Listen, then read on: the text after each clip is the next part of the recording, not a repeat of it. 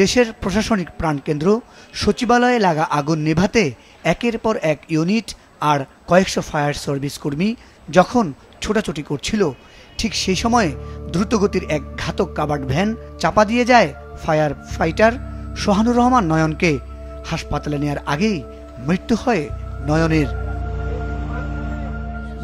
মৃত্যুর খবরে শোকের মাতম নামে তার গ্রামের বাড়ি রংপুরের মিঠাপুকুরে।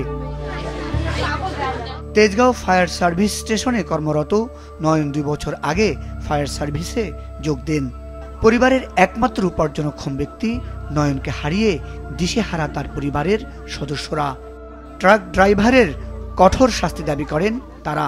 ওখানে আগুন নিভেছে, কিন্তু আইনের লোকেরা কেন করে বাধা দেয়নি? ট্রাক কেন আসছে? ট্রাক কেন আমার ভাই চাপা মারি দিছে? আমরা যথেষ্ট বিচার চাই এটার। আমার তো আর কোনো ছেলে নাই যে তাই আয় করবে। এখন তো সে তো চলেই গেল। এখন সরকারের কাছে আমি আমার বিষয়টা যেন একটু দেখি। এদিকে নিহত ফায়ার ফাইটার নয়নের সহকর্মীরা দুপুরে রাজধানীর ফুলবাড়িয়ায় ফায়ার সার্ভিস অ্যান্ড সিভিল ডিফেন্সের প্রধান কার্যালয়ে তার জানাজায় অংশ নেন। সেখানে ছিলেন স্বরাষ্ট্র উপদেষ্টাও। স্মার্ট ওপিনিয়নের দরকার হবে।